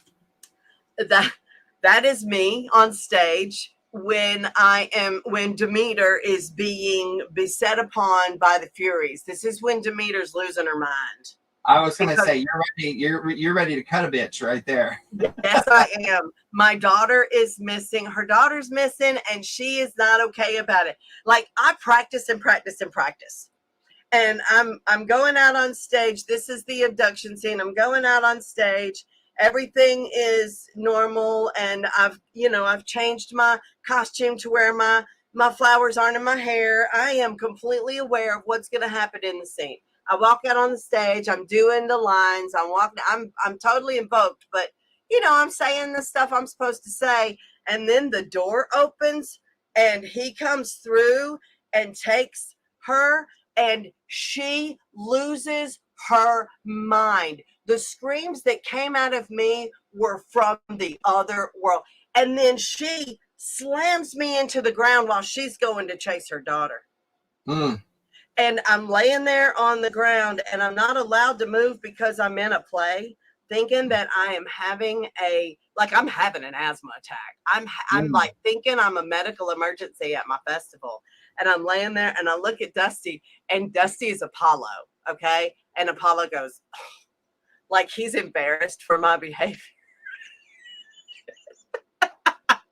And my Hierophant comes to me and he gives me my puffer, and they get everybody out of the theater before they take care of me. But man, I woke up that morning with her saying, today's not going to be as good as yesterday, but we'll get through it. And yeah, she experiences it new every year. Yeah, it's pretty crazy. So I love this. Your character is not defined in how you behave during happy times. Your character is defined in how you handle the rough times. So true. What a beautiful, beautiful thing. Thank you. You know, people want to be a witch, and they don't want to set down all of their shadows and put down their weapons and open their hearts up to the magic of the universe and trust and allow yourself to be lifted up. You can't do both. You have to lift your character and know that the struggles are there to define you and to help you get towards your goal. If you knew how to be a doctor today, you'd be a doctor today. Do you know what you have to go through to be a doctor, to learn all of that stuff? When you ask for things, they put you through lessons so that you can achieve what you need to be when you get there. And then you bitch. Suffer to learn. Yes. Yes. So when it's difficult, handle it with grace and dignity and appreciation. Be like, oh, I'm being blessed with this challenge. What are my options? How can I overcome it? Don't get mad at the universe that it happened. Be grateful that you're getting the attention so that you can reach your goal. And never give up and keep going. Yeah. I always say success is equal to 1,000 failures. Fail faster. Fail faster. Yes. Move faster, hit harder. Well, you know, mastery happens after 10,000 battles. Yeah. Yeah. You just need to see your battles as your road to mastery. And yeah, what you said, don't quit. The person that's standing in the center of the circle at the end of the day is the person that didn't quit. You're the lovely teacher that you adored yesterday is not a villain today because they told you no. You know. People come in to the path and sometimes they're misled by the wrong voices and they think, poof, I'm a witch. That's it. I'm done. Doesn't work that way. Wear the clothes, have a good time. It's a long process of learning and shadow work and tuning and yeah. And that's why a lot of people don't stick it out because they think it should be easy, you know. Well, they just wear the clothes and they say, you know, my path is my path and I'm a witch and I'm not going to follow anybody and I'm just going to let the path come to me as it does and, you know, enjoy the costuming because it's awesome. Costuming. That's a good way to put it. But yeah, there's a whole heart, mind, emotional life energy shift that happens when you finally realize you have to let go of all of the darkness and do the shadow work, and your life completely changes and everything is glorious and wonderful. And even when you're going through bad times, you know, you're still motivated and joyous and creative. And that's how I am. I'm just hyper creative all of the time. You know, even when I'm sick, I want to be like in bed doing something creative on my iPad. You know. Yeah, when I first came into the path, this psychic looked at me and went, "Wow, you're a fountain of creativity." And I was like, "Am I?" And now I'm like, "Whoa, am I ever?" Whew. But yeah, you hit the nail on the head there, my friend. Yeah. So tell us about this group. So we have these awesome temples within the Mother Church. There's you know, the Temple of Hecate, Temple of Demeter. This is the Sorori Fortuna, and it is the Temple of Fortuna. Each of these deities embody a different aspect of Fortuna. I am Fickle Fortune, which is Brevis, and that's who called me. Her colors are black and white. the one in the middle there with the green, gold, and purple on is Mimosa. That is the goddess of Mardi Gras. Did you know that that big-breasted woman that they show at Mardi Gras is Fortuna? But there Fortuna, you go. Yeah, Fortuna is the goddess of America. We didn't realize it, but you know, the land, milk, and honey, and the just there's so many layers. And through working with these temples and embodying the deities, we get different perspectives, and we start to understand what was taken out of our religion, what was bastardized by, you know, Christian monks and stuff like that. We have a good time with Fortuna. She is a show. She's a showman. It looks a lot of fun. Oh, it's a lot of fun. I love the costuming. She doesn't like to show her eyes, so it's either a blindfold or the hat down. So as Belladonna said earlier, if you're a coven looking for legal status or a person that just wants to get involved, just go to atcwicca.org and you can talk to her directly and the people there and get more involved. You become an immediate church, which is different from a religious nonprofit or a charity or any. It's an immediate step, and people are like, "No, you can't do that." Actually, we can, and we do, and that is what it is. And if you look at your group's paperwork, you might find that they're not a church. A lot of people say that they're a church, but the paperwork doesn't allow for it. There's a difference. There's a difference in the way you're treated. You don't have to file your taxes. You get a lot of benefits from being a church. And we like to affiliate people. So it's not something that we're like, oh, we don't want to be. We want you to be a part of us because we're stronger together. That's true. That's true. But the ATC is not just about festivals and rituals. I hear you're building affordable ecological housing for pagans Yes. on the property. That is my new pet project. Well, I've been talking about building the Holy City for a long time. I don't know if you've ever heard me talk about that, but since I was a little girl, I've been wanting to build a city. And then when I got into witchcraft, I was like, oh, we're going to build a witchcraft city, and I called it Wise World for a long time because I didn't know what it was. And then when I got here, I was like, oh, the goddess wants me to build her holy city. I was born to do this, and so I'm gonna do it. And I finally got the way to do it this last year. And so what I listen to over and over and over again is that our people don't have housing. They don't have adequate housing. They can't buy homes. They're living 4, 5, 6 people in an apartment together just so that they can all pay rent. They're living in apartments the size of shoe boxes so that they can afford the rent. It's a crisis. And it's just a preponderance. It's like 90% of our people. It's not just a couple of us. I mean, I have a beautiful house that I inherited from Pete, and I'm very blessed, but when I listen to the pain, I feel motivated to do something about it. And then it hit me that I needed to build affordable, ecologically friendly, solar, like really good housing that is that can get through the climate change. Like, I can do this. I was raised by a builder. My mother's a real estate agent. I did mortgages. Like, I have all of the ability to do this. And so the goddess has been giving me people. I've already sold 10 houses. Nice. Okay. Because we're selling them for like a third to a fourth of what the market can bear. Like, the market wants you to spend $1 million on a 3-bedroom house, but I can build one and sell it to you for $300,000. Mm-hmm.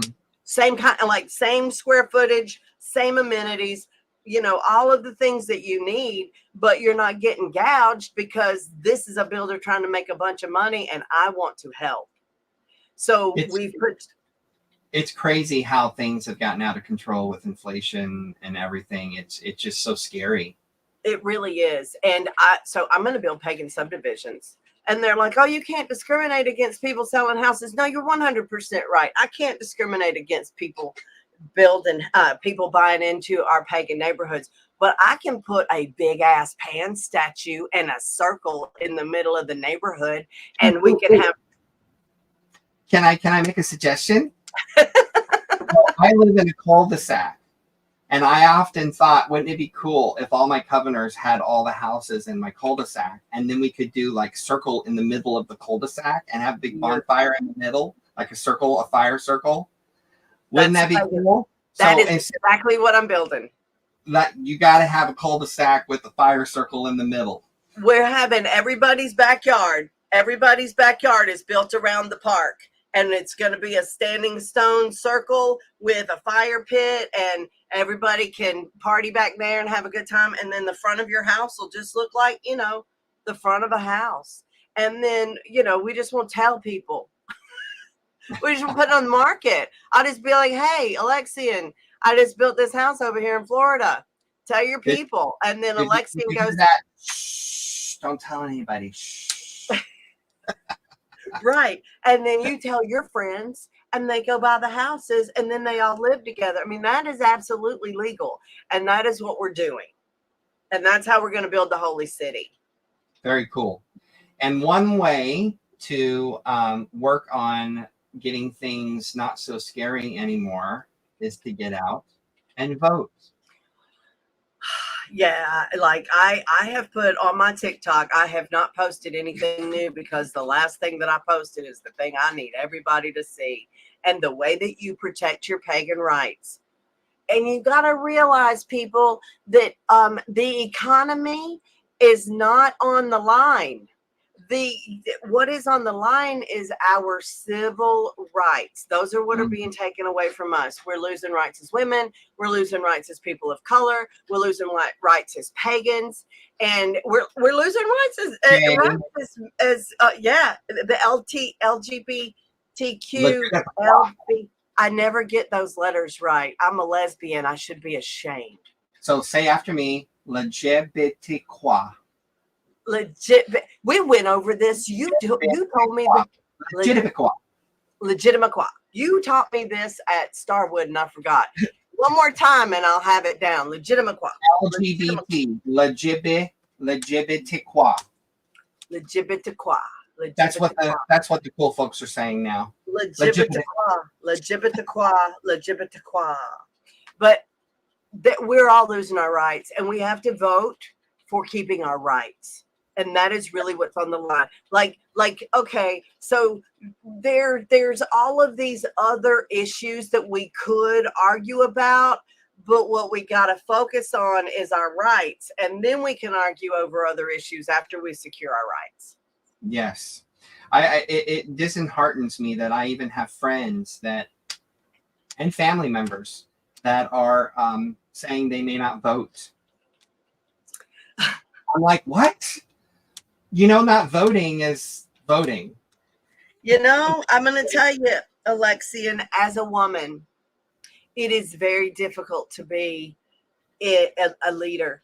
And you need to consider that if you're trying to do anything, if you're trying to have a business, whatever it is that you're trying to do is easier if we're all equal, if we're all able to achieve. It needs to be equal, and the playing field needs to stop being fixed. Yes. You know, it needs to stop being better for some and not so good for others. And I think that as a human race, you know, we have our own karma and dharma to work out. And I think that we're right at that level where we're going to not be afraid to play the game fairly, you know, because up until now, I don't know if you cheated at Monopoly with your little brother when you were a kid, but I did. I'm a Boy Scout. Ask Victor. I don't lie. I don't cheat. I'm like so squeaky clean. It's ridiculous. Well, I was raised Mormon, and we have different values. But once I realized it was no fun to win cheating, I stopped. You know, I was like 6 or 7. I was like, you know, this is not really winning. This is just being a bad person. I think that us as a human race are right on that level of, I think that it's safe for us to treat each other with equal respect. I think we'll be okay. And then there's still some of us who are like, I'm really afraid. I'm really afraid to not have the game rigged in my favor. And, you know, I understand that, but giving equal rights to others is not taking rights away from you. 1000%. Yeah. Yes. And that's the end, that period.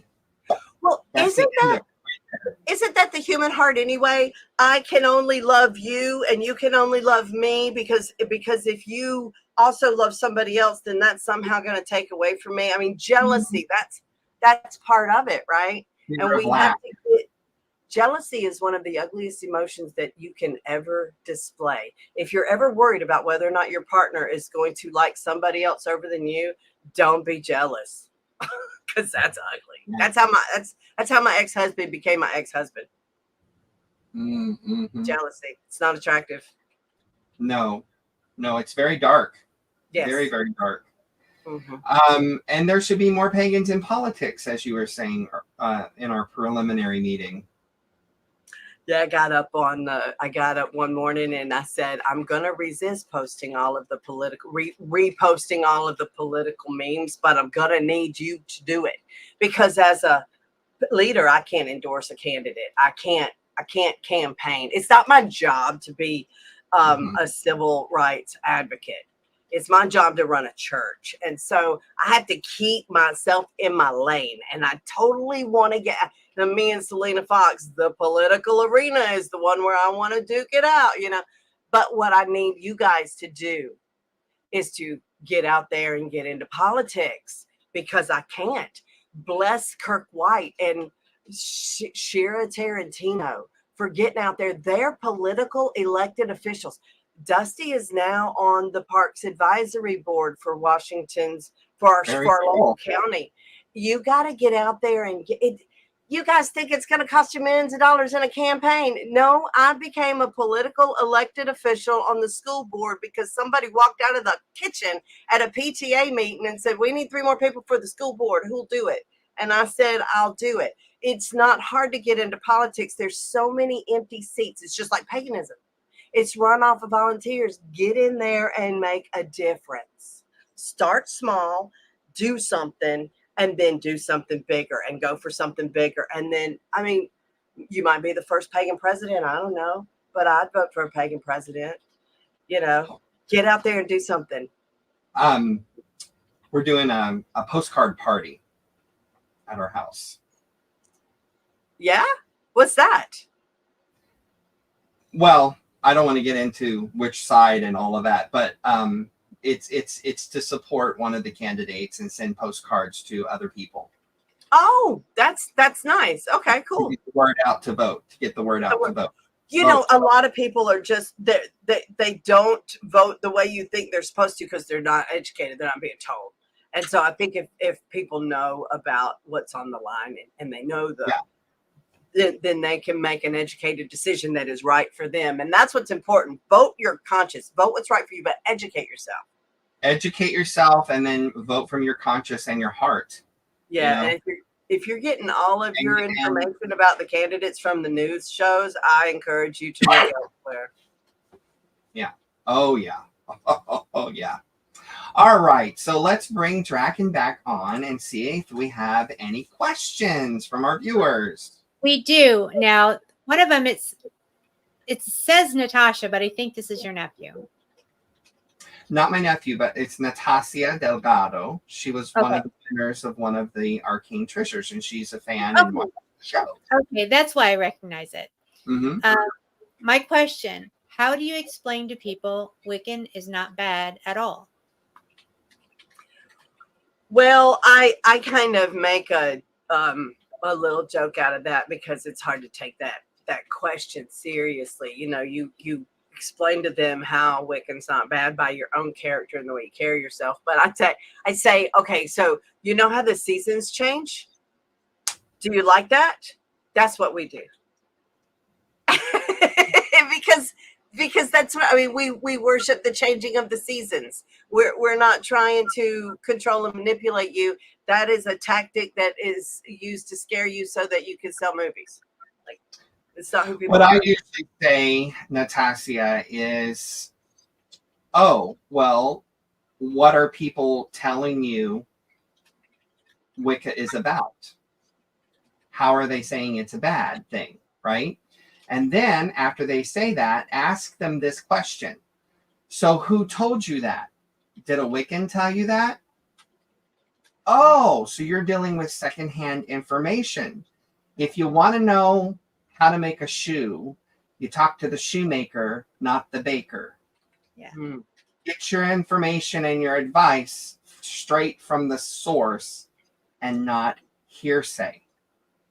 That's my response. That's a really good one too. I like it. Yeah. Yeah. And now Amy made a comment. I'm not sure I understand it, but I bet you do. She put the wind story. So Amy was getting married. And she had she had this Western quarter. Was it the Western quarter, Amy? It's a fire quarter. What? Anyway, she wanted somebody to call quarter, and the person that she gave, she was like, "Please call this quarter for me." Their life blew up, and they had to leave festival. And so she went to me, and things blew up, and I had to leave festival. And I handed her the clothes back, and she went, "I'm not giving these back to anyone else." And then we had a quite an anomaly happen at festival. I got kicked out of festival, and they call the story Bella's Revenge. I think we talked a little bit about that. So all I can say is that if this story is true, we would be worshiping me. So we went to this festival. We're supposed to do main ritual. Amy was there. It's at Dragon Hills. It was a really exciting, fun weekend. We're getting to the end of the season, and we just had all these great things planned. And we get there, and we have Shango, who is the god of the land. You know how some places you go and there's a deity that's dedicated to the land or that has made their presence known?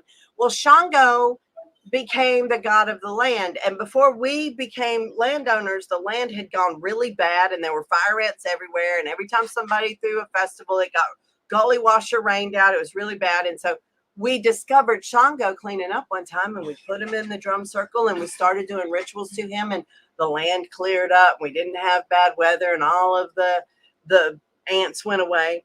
So we get to festival, and people start coming up to us going, "Bella, Shango's gone. Shango's gone. What's going to happen? We're all going to get rained out. Shango's gone." And I'm like, that seems weird. I don't know. I'll go find out. So come to find out, they have taken the god off his altar and put a memorial to somebody who had recently passed away, and they were dedicating the weekend and the drum circles to this guy because he really enjoyed drum circles. And they had hidden the Shango altar, and we were like, we really need to give offerings to the deity. This is something that we do to keep things safe. And they wouldn't tell us where he was. They said that we had disrespected him, and they were going to take him and put him to rest. And I was not the owner of the property, and a little bit inebriated at the time. And we made some choices. Now the group of people were saying, let's do things like steal the statue and take him back and not let them know where he is, and you know, make a big ugly scene. And there was a lot of things. And what seemed like the least harmful thing at the time was that we go get Shango, take him to the drum circle, shout his name, and everybody, like we do at every festival on this property in the past 2 years, and then we'll put him away. Well, the guys did that, and on the way, people started telling me that this wasn't a good idea, the people that weren't part of our group. And so I started trying to stop them, and I couldn't. Like, it was a crowd, and they went to the drum circle, and they shouted Shango's name, and everything went real flat. And then the anger came. And then we realized that there was more to this than met the eye, and it seemed to be more of a personal thing about professional jealousy about me being a landowner than Shango. And so we got kicked out of the festival, which was rough because we were supposed to do main ritual. And, Oh my.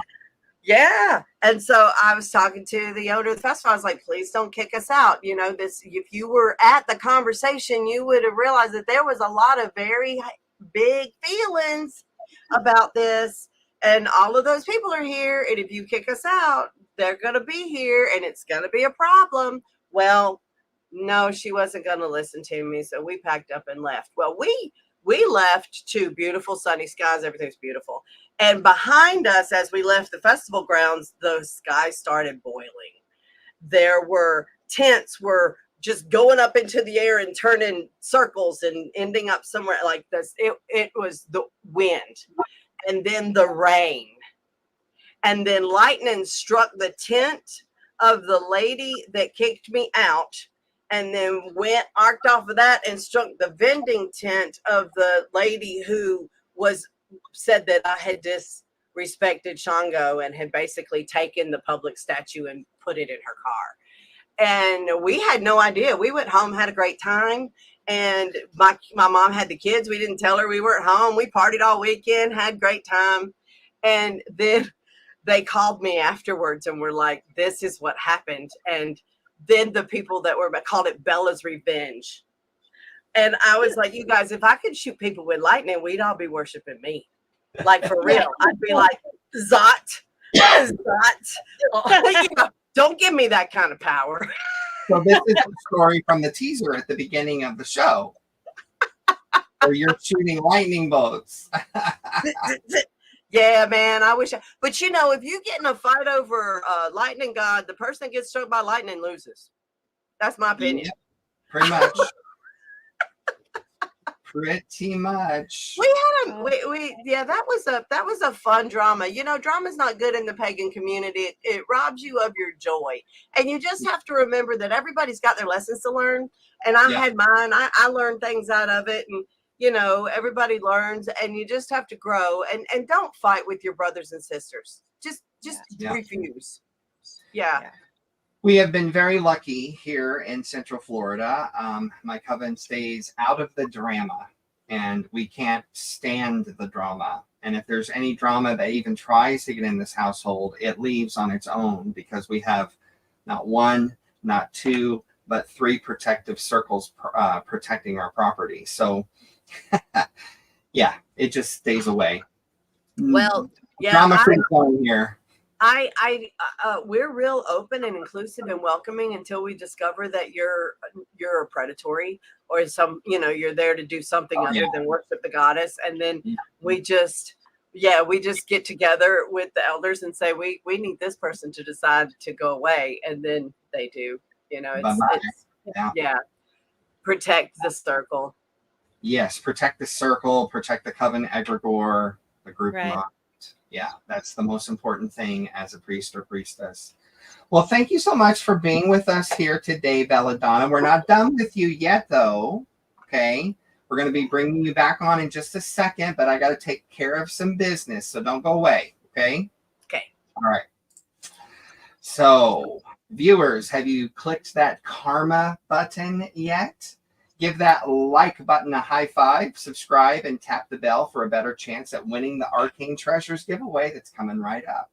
And while you're at it, be a helper and share the show with your like-minded friends on your socials and help us spread the word. And that'll give you some major karma points as well. All right, let me do my business. I'll have you back in a second, Dragon. All right. I just called you Dragon, which is what Draken means. So that's exactly what Draken means. That was a slip. All right. Okay. Let me get my ducks in a row here. So sponsor our show. We're looking for pagan-minded businesses and services to support us. You can do that by visiting alexianmusic.com/sponsored for details. And your logo could be featured right down below, like the aquariantabernaclechurch. The aquariantabernaclechurch, established as a global Wiccan fellowship, the ATC has been a beacon of light and learning for the pagan community since 1979. Their commitment to spiritual education shines through in their Wiccan seminary, offering courses for everyone from beginners to seasoned practitioners, helping students unlock the mysteries of magic and ritual. The ATC isn't just about education, though. They're pivotal in fostering community spirit. Their vibrant festivals, like the renowned Spring Mysteries Festival, bring people together from all walks of life to celebrate our shared spiritual path. These gatherings are a testament to the church's belief that love and magic multiplied when shared. Moreover, the ATC's legal recognition and support for Wiccan circles worldwide empower countless practitioners, ensuring our faith is respected and upheld. Their dedication and spiritual counseling and healing provides profound comfort for many and guidance, acting as a spiritual bridge for those seeking the divine in their own lives. Again, go to atcwicca.org, and the store there is Moonstone's Gifts. If you'd like to get involved, head over to that website to become a member. And also, I'm happy to say ATC is donating a Hecate Strophalis bag to today's giveaway drawing at the end of the show, which is coming right up. It's almost here, guys. You're going to get to draw for this beautiful bag. It says it protects your things. This magical bag has a white liner, side snaps, a personalization patch to tell yours apart from your other coven members, in case both of you have one, and 3 pockets adorned with the Strophalis in honor of Hecate, queen of all witches. It's beautiful. I love it. Also sponsoring today is paganmusic.com. It's our website owned by Victor and myself. We've been supporting pagan music since 1993 when we started Earth Tone Studios and took it online in 97. Now, over 30 years later, we're liquidating our stock. Some items have become collector's treasures. And our goal post-liquidation is to transform paganmusic.com into an informational hub for pagan music, continuing our support for all pagan recording artists. Today, paganmusic.com is excited to donate a $25 cart checkout coupon for the Arcane Treasures giveaway coming right up. We hope it brings the winner some joyous pagan shopping. And of course, my own music. Today's show is also sponsored by my own website as a pagan recording artist at alexianmusic.com. At alexianmusic.com, you'll find everything Alexian: pagan music recordings, online courses, and the Cool Cats community. Join our community for bonfire bardic circles. They happen every Tuesday night. Magic spells, rituals, recipes, daily tarot card videos, spiritual discussions. We have pentacle parties. I teach songwriting classes. We do book swaps, meditations, and much more. Join the fun and learn along the way. And today, I'm excited to offer a complimentary Rooted Kitten ongoing membership to the Cool Cats in the giveaway. This $4 a month membership grants you access to our vibrant community.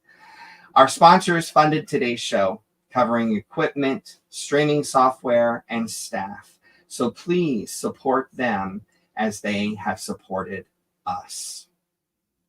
There's a little picture of my community. Okay, let's get back to the show. Welcome back. Thank you for having me.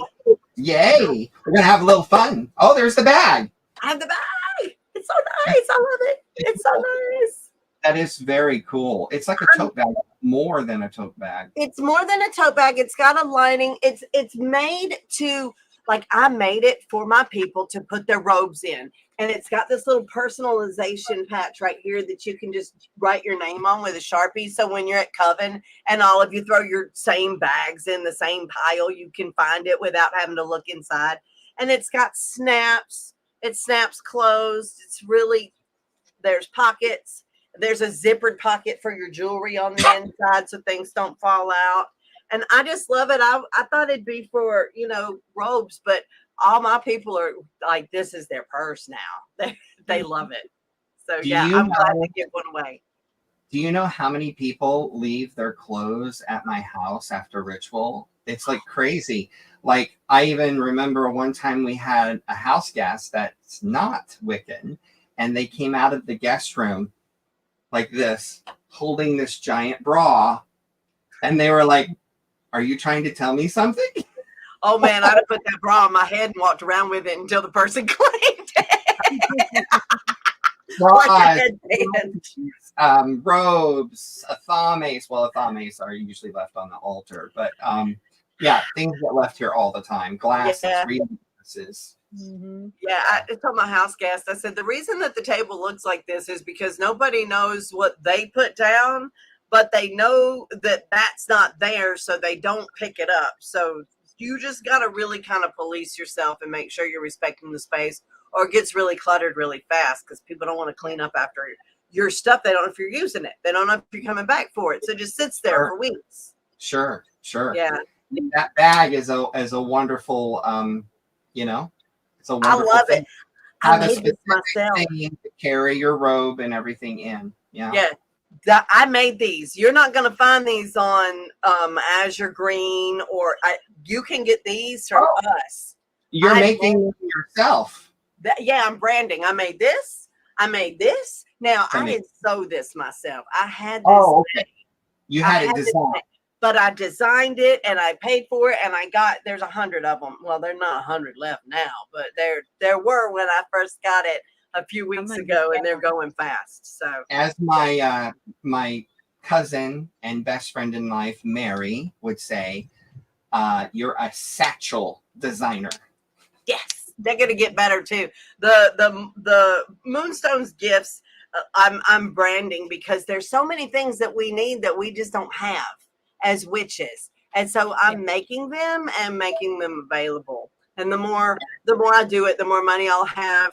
We'll have Michael Kors quality stuff before I'm done, I'm sure, because not as many people want that, but I do. All right, are you ready to have a little fun? Yes. Get that piece of paper and that pencil. It is time for the rapid fire questions. There's no way you could have prepared for this. So there's 3 questions, and you have 1 minute to jot down your simple answers, and then we'll expound upon that. Are you ready? I'm ready. Here we go. If you were stranded on a desert island, what 3 items would you want? Do I just write them down? I tell you. Write them down. We were stranded on a desert island. What 3 items would you want with you? Question 2. If civilization started over again tomorrow without any machinery or technology, what survival skill would you contribute? If civilization started over again tomorrow without any machinery or technology, what survival skill would you contribute? Last question. If you could choose any fictional superpower to have, what would it be and why? If you could choose any fictional superpower to have, what would it be and why? Okay, time's up. Question 1. If you were stranded on a desert island, what 3 items would you want with you? A lighter, a knife, and a rope. Because? Well, because I need to start a fire, and I need to kill things, and I need to set traps. You're thinking like a survivalist. Yeah. I had Mormon survival training. This goes into question 2. If civilization started over again tomorrow without any machinery or technology, what survival skill would you contribute? Well, see, I cook, I sew, I make weapons. I make bowstrings. I make, I am extremely crafty. So I would be a craftsman. I would be the gardener. Yeah. I don't garden. No, I make things that kill you though. I grow things. Yeah. That's beautiful. If you could choose any fictional superpower to have, what would it be and why? Okay, so that one was rough because flying or teleportation is really good. But what I would do is instant manifestation, because if I could instantly manifest anything, I could instantly manifest myself being anywhere I wanted to be. Yeah, good point. That was easy.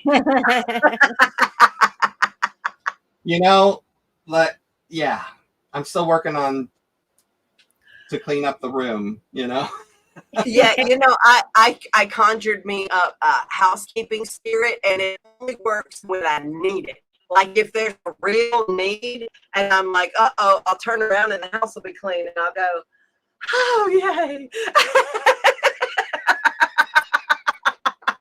That might just be an interesting side look eye that you're giving Dusty. Yeah. No, I have had a couple of moments where I've really needed something. Like one time I needed rental papers for a car that I had rented because the cops had pulled us over in a state that had a battery on it, and they were wanting to put us in jail. And I was sure that I'd have the rental papers. I knew exactly where they were. They were on the dashboard of the Jeep because I came out of the car. I got in the Jeep, put the papers on the dashboard, drove home, got out of the car, packed to the other car, left. So I knew they weren't in the car, but I had to have them because Dusty was in the back seat of the cop car at this moment. And so I'm frantically looking through all of the papers and I cannot find them. And I look, and the policeman is walking up to the window. I look in the rearview mirror and I'm like, oh my God, I got to have these papers. And he came up and I looked up at him and he said, did you find them? And I looked in my hand and I had them. And I went, yes. Well, there you go. So that is my favorite power. Yeah.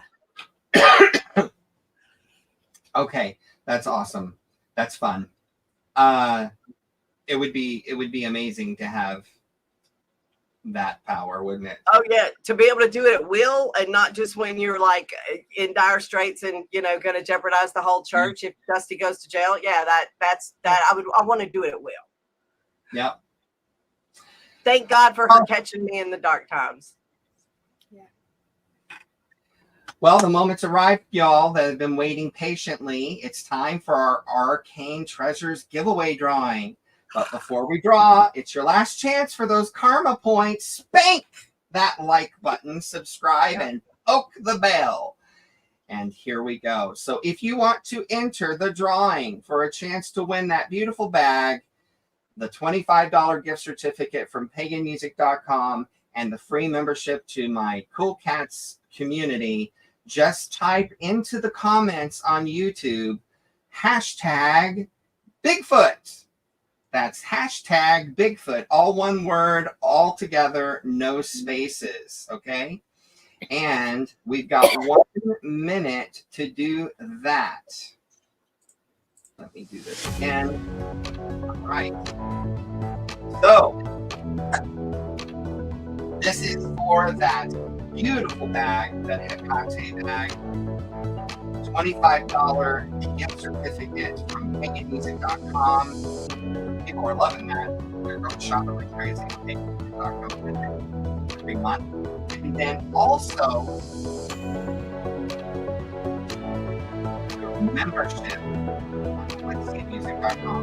So all you have to do is type hashtag Bigfoot into the YouTube comments. That's it. And that answers you. You've got 20 seconds to do so.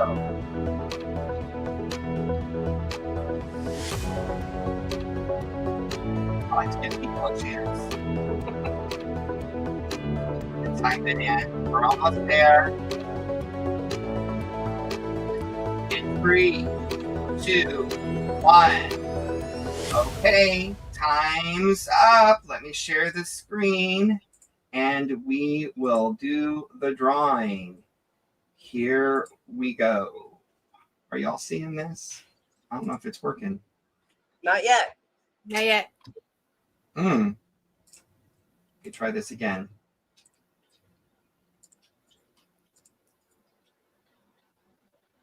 Okay, well,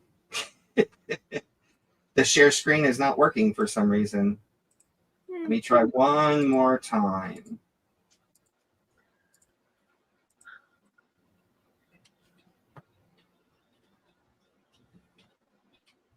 Ha! I got nothing. All right, well, I'm going to do the drawing, but you guys aren't going to see it, unfortunately. Okay, but I'll take a picture of it and post it. Here we go.